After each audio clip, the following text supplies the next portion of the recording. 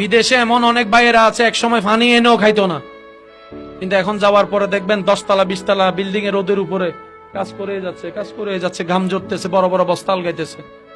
তো বন্ধুও বলে, কিরে রান্না কে করে? কয় আমি। ঘর কে মুছে? কয় আমি। কাপড় কে ধুই? কয় আমি। কয় তুই সব তুমি, বাসায় তো কিছু করো নাই। কয় আল্লাহ তাআলা আমাকে এখানে আসার পর সহজ করে দিছে। প্রথমে মনে করছিলাম কেমনে কি করব, মা নাই বাপ নাই, কেমনে কি করব। 3-4 দিন থাকার পরে দেখি যে কেমন কেমন। আরে জন্মের পরে মক্তবে হুজুর আরবি শিখাইতে পারে নাই, এখানে এসে 6 মাসে আমি এখন আরবি বলা শুরু করে দিছি। আওয়াজ দিয়ে বলেন, কাজ সহজ করে দেন কে? শুধু আমাদের মনে নবীর প্রেম রেখে একটা জিনিস রাখতে হবে, সেটা কি?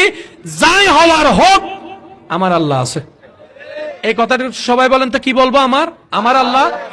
সবাই বলেন, আমার আল্লাহ, আমার আল্লাহ, আমার আল্লাহ, আমার আল্লাহ, আমার আল্লাহ, আমার আল্লাহ। বান্দা যখন বলে আমার আল্লাহ আছে, তখন আল্লাহ পাক বলে, জিব্রাইল একটু খেয়াল রাখিস তো, আমার নাম ধরছে তো, সে তো বেজ্জুত হতে পারে না।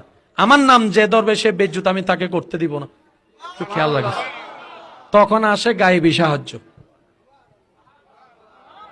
আর একটু জোরে।